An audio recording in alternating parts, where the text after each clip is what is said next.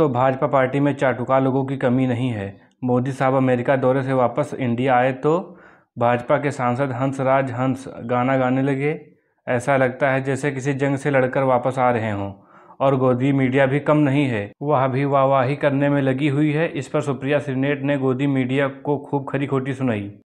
Picture चालू करो बे। प्रधानमंत्री नरेंद्र मोदी पहुंचे और जेपी नड्डा तमाम समेत उनके साथ सांसद जो हैं वो पहुंचे थे प्रधानमंत्री के स्वागत के लिए। तो किस तरीके से उनका स्वागत हुआ और उनके स्वागत में किस तरीके से गीत गाया गया, एक बार जरा वो सुनवा देते हैं।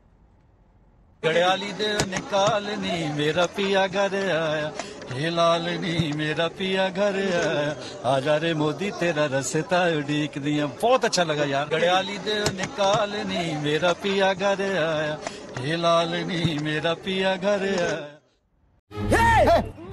प्रिया जी, इसमें आप मुस्कुरा रही हैं, इतने मुस्कुराने की वजह क्या है इसमें?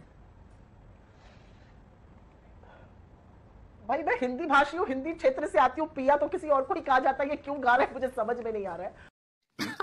सही पकड़े हैं। मोदी जी कोई जंग जीत कर थोड़ी आए हैं। मोदी जी अपने देश वापस आए, उनका स्वागत बिल्कुल होना चाहिए, लेकिन मोदी जी उस देश वापस आए हैं जहां पर 55 दिनों से इस देश का एक हिस्सा जल रहा है, जिसका नाम तक नहीं लिया है मोदी जी ने अभी। मैं हल्के में नहीं बोल रही हूं, उन लोगों से मिली हूं मैं मणिपुर से, जो लोग आए थे हमारे साथी वहां के, जिनके घर जल गए हैं। मेरी एक दोस्त है मणिपुर की, कांग्रेस की मेरी साथी, उसका घर जल गया है। वो यहां पर एक हॉस्टल के पीजी के कमरे में शेयर करके रह रही है, और धनाढ्य परिवार से हैं ये लोग, उसके बाद भी उनका ये हाल है। तुम्हें शर्म है? कुछ शर्म आया है? ये किस तरह के ये गाने गाकर आप मोदी जी का अपमान कर रहे हैं उनका। अगर इनको लग रहा है ये सुयश है तो ये सुयश नहीं है। मैं दो चीजें बस कह के अपनी बात खत्म कर देती हूं। बराक ओबामा ने तब क्या कहा था और अब क्या कहा पे चर्चा हो रही है। तो क्या आप मानते हैं कि बराक ओबामा ने तब सच कहा था? तो अगर तब सच कहा था तो अभी भी सच कहा है। चित भी मेरी और पट भी मेरी नहीं हो सकता। या तो तब सच कहा था आपके अकॉर्डिंग, तो आज भी वो सच कह रहे हैं, आपको मानना पड़ेगा। और दूसरा, नौकरियों की बात जफर भाई आप लोग मत किया करिए। 2 करोड़ व्यवसाय हर साल देने थे, अभी तक 19 करोड़ हो गए होते, 18 करोड़ से ज्यादा। 75,000 व्यवसाय की चिट्ठियां बांटते हैं प्रधानमंत्री। तो नौकरी की बात आप मत करिए। आप पकौड़े तलवाने की बात कर सकते हैं, आप महंगाई में हम लहसुन प्याज नहीं खाते ये कह सकते हैं। नौकरी की बात तो आप लोग को गलती से भी नहीं करनी चाहिए। आपकी शुभचिंतक रहते हुए ये कह रही हूं आपसे।